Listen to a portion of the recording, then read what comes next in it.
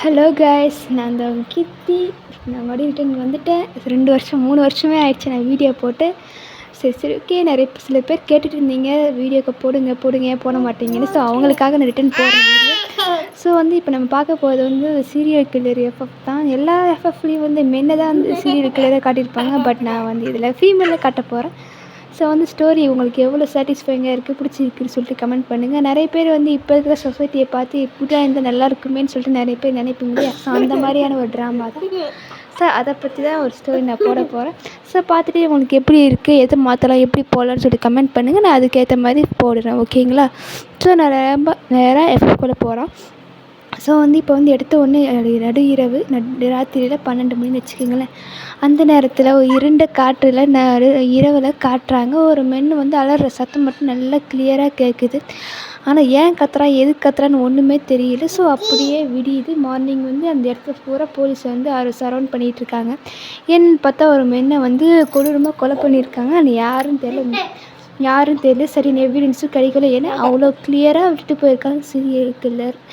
So அந்த serial கில்லர்னு இன்னும் serial கில்லர்னு confirm பண்ணலை. ஏன்னா இது first murder. So second murder பண்ணுறது எப்போ பண்ணுவான், ஏது பண்ணுவான்னு சொல்லிட்டு யாருக்கும் தெரியல. அதுக்கான ஹிண்ட்டுமே கிடைக்கவே இல்லை. அதுக்கான எவிடன்ஸும் சரியாக கிடைக்கவே இல்லை. ஸோ போலீஸ்க்கு ஒன்றும் என்ன பண்ணுறது ஏது பண்ணுறது தெரியாமல் ஃபாரன்சிக்கு கூப்பிட்டு ஸோ நல்லா ரிசர்ச் பண்ணிகிட்டு இருக்காங்க. ஸோ இதெல்லாம் நியூஸ்லேயும் போய்கிட்டு இருக்குது. இதை ஒருத்தங்க பார்த்துட்டு நல்லா சிரிச்சிட்டு இருக்காங்க. ஆனால் என்ன எதுன்னு தெரியலை. சிரிச்சிட்டு எதிர்பார்த்தேன், இதைத்தான் நான் எதிர்பார்த்தேன். நல்லா அலைங்க, எனக்குன்னு வரும்போது எவனோ திரும்பி பார்க்கலையே, இனிமேல் நீ பைத்தியம் பிடிச்சி தானே சுற்ற போகிறீங்க அப்படின்ட்டு சிரிச்சிட்டு பேசிட்டு போயிடுறாங்க. அதோடு கட் பண்ணி மறுபடியும் போலீஸ் டிபார்ட்மெண்ட்டில் காட்டுறாங்க. ஸோ போலீஸில் பேசிகிட்டு இருக்காங்க. என்னடா இது இப்போ தான் கேஸ் சுமூகமாக போயிட்டுருக்குன்னு பார்த்தா புதுசாக ஒரு கேஸ் வந்திருக்கு. ஆனால் என்ன ஏதுன்னு சொல்லிட்டு ஒரு க்ளூ கூட கிடைக்கல. எந்த எவிடன்ஸுமே இல்லாமல் அவ்வளோ பக்காவாக பண்ணிட்டு போயிருக்காங்க. ஃபஸ்ட்டு மர்டர்னால் எவிடன்ஸ் விட்டுட்டு போவாங்கன்னு சொல்லுவாங்க. ஆனால் இவங்க எந்த எவிடன்ஸும் இல்லை.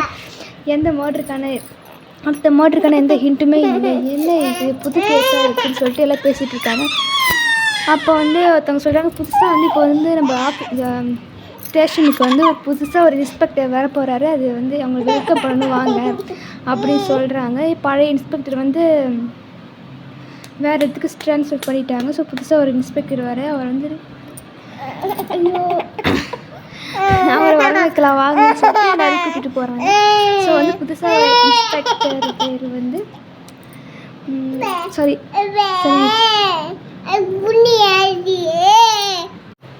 சாரிப்பா, ஒரு சின்ன டிஸ்டர்பன்ஸ். என் பொண்ணு என்னை சரியாக ரெக்கார்ட் பண்ணவே விட மாட்டேங்கிறா. அவள் டார்ச்சர் தான் எனக்கு தாங்க முடியல. சரி ஓகே, நம்ம நேராக எஃப்எஃப்குள்ளே போகலாம்.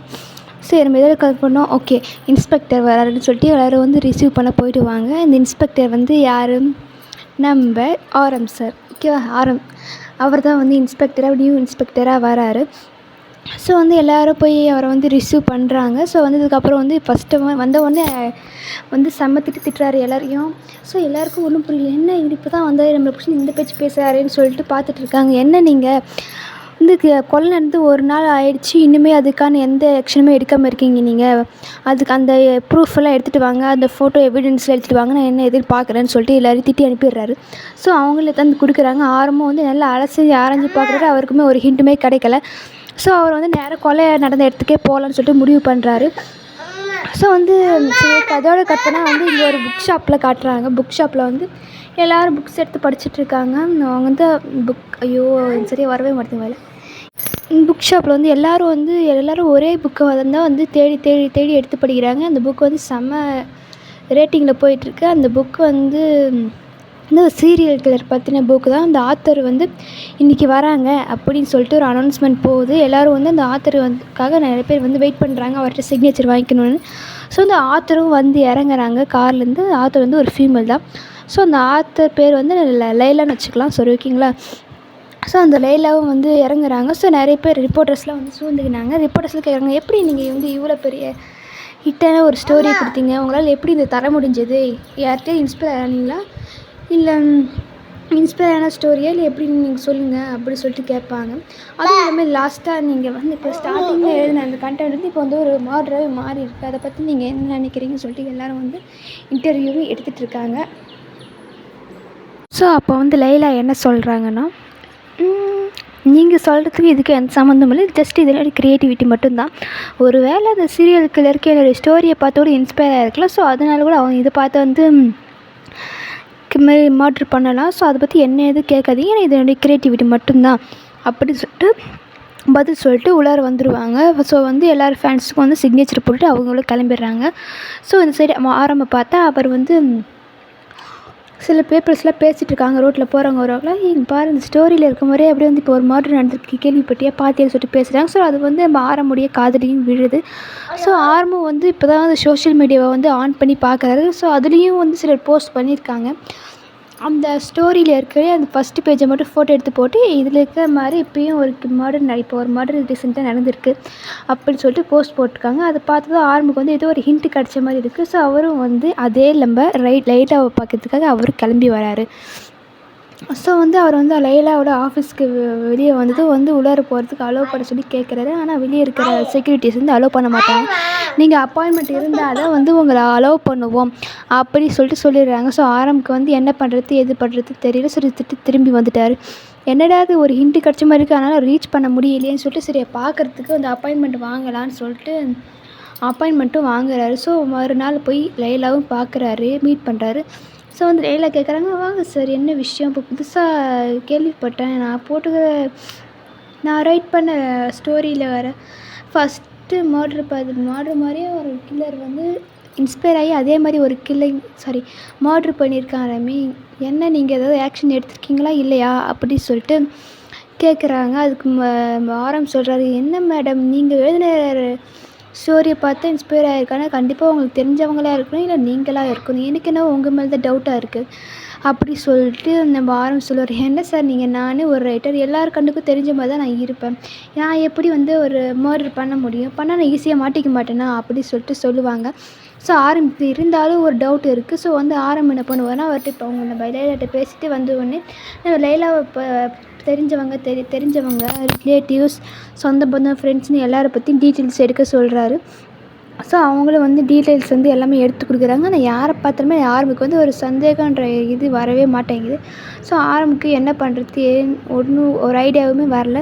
சரின்ட்டு ஓகேன்ட்டு அவரும் வந்து நெக்ஸ்ட்டு வந்து அவர் அங்கே மர்டர் நடந்த இடத்துக்கு போகிறாரு. ஸோ அங்கே போய் பார்த்தா அந்த மேலே வந்து அவ்வளோ வந்து ரொம்ப டார்ச்சர் பண்ண மாதிரி இது என்னடா இது, எப்பவுமே வந்து ஒரு மர்டர்னால் சீரியல் கில்லிங்னா எப்பவுமே ஒரு ஃபீமேலை தான் வந்து கொல்லுவானுங்க, இதில் என்ன ரிப்பீட்டாக இருக்குது அப்படி சொல்லிட்டு மர்டர் பண்ணது கூட மேலே ஃபீமேலான்னு தெரியலையேன்னு சொல்லிட்டு ஒரு கன்ஃபியூஷன்லேயே இருக்கார்.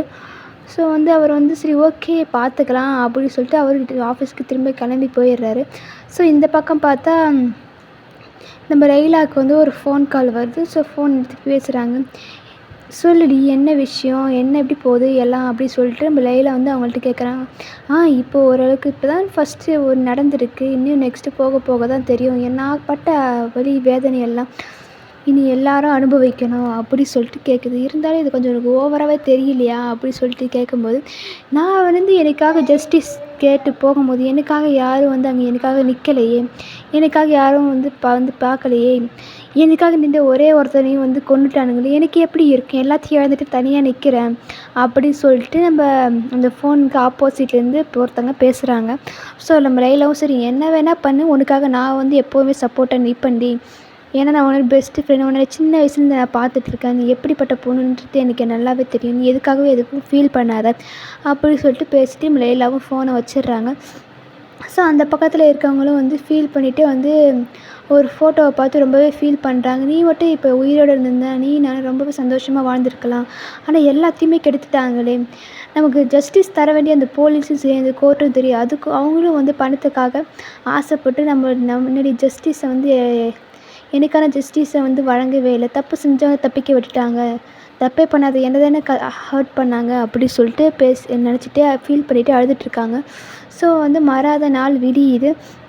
ஸோ மறுபடியும் ஒரு கேஸ் வருது, இதே மாதிரி மறுபடியும் ஒரு மர்டர் நடந்திருக்கு அப்படி சொல்லிட்டு ஒரு நியூஸ் வருது.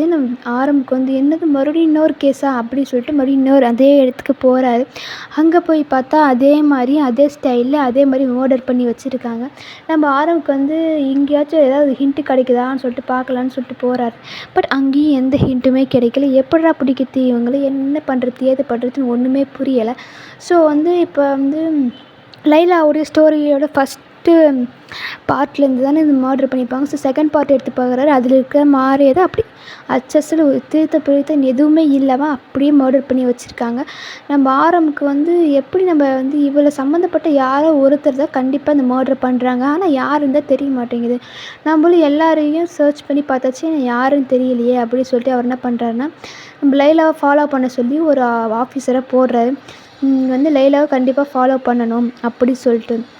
ஸோ ஆர்மும் இதை நல்லா சர்ச் பண்ணி பார்க்குறாரு. அங்கே வந்து அந்த பாடியோட ஹேண்டில் ஒரு சின்ன ஹேண்டில் வந்து இந்த சொல்லுவாங்களே மிடில் ஃபிங்கர், அந்த மிடில் ஃபிங்கரில் வந்து ஒரு 4 நம்பர் எழுதி வச்சுருக்காங்க. ஸோ அந்த நம்பரை மட்டும் யாரும் நோட் பண்ணிக்கிறாரு. ஒருவேளை இது கூட ஒரு க்ளூவாக இருக்கலாம் அப்படின்னு சொல்லிட்டு. ஸோ வந்து இதோடு நம்ம இந்த பார்ட்டை முடிச்சுக்கலாம். நெக்ஸ்ட் பார்ட்டு வந்து நான் வந்து எப்போ அப்லோட் பண்ணுவேன்னு எனக்கே தெரியாது. ஸோ வெயிட் பண்ணுங்கள். இந்த ஸ்டோரி எப்படி இருக்குன்னு கமெண்ட் பண்ணுங்கள், ஓகேங்களா? எதை நான் மாற்றிக்கணும், எதை நான் மாற்றக்கூடாது, எப்படி போகலான்னு சொல்லிட்டு நீங்கள் கமெண்ட் பண்ணுங்கள். உங்களுக்கு ஏற்ற மாதிரி இந்த ஸ்டோரியை கொண்டு போகிறேன், ஓகேங்களா? பாய்.